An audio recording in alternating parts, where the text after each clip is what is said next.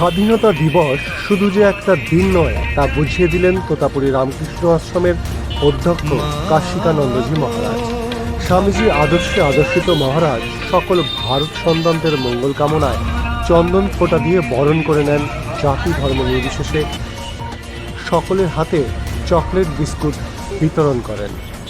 তিনি সকল ভারতীয়দের স্বাধীনতা দিবস আমরা তোতাপুরী রামকৃষ্ণ আশ্রম থেকে আমরা পালন করছি।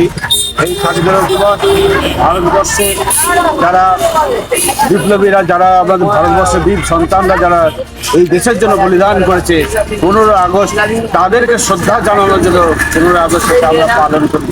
স্বামীজি বলছে, ভারতকে যদি ভালোবাসা হয়, ভারতের দরিদ্র পীড়িত লাঞ্ছিত অবহেলিত যে মানুষ আছে তাদেরকে ভালোবাসো, তাদের সেবা করো, তবেই তুমি ভারতবর্ষকে ভালোবাসতে পারবে। কিন্তু আমাদের একটু মনে রাখতে হবে যে ভালো মন্দ সবাই মিশিয়ে আছে, কিন্তু আমাদেরকে এই মন্দকে যারা আছে তাদেরকে শুধরাতে হবে, নাহলে তাদের সঙ্গ দূর করতে হবে। ভারত স্বাধীন হয়েছিল, সবাই যে বলিদান দিয়েছিল বিপ্লবীরা, তারা শুধু দেশ জাত ধর্মকে নিয়ে তারা করেনি। তারা মনে করেছিল যে দেশের যে লাঞ্ছিত অবহেলিত অত্যাচার যারা হচ্ছে মানুষ, তাদের মধ্যে কোনো ধর্ম জাতি বলে কিছু ছিল না। তারা শুধু একটাই মনে করেছিল যে এই মানুষকে উদ্ধার করতে হবে এবং এই ভারতকে স্বাধীন করতে হবে, এটাই তার উপলক্ষ ছিল।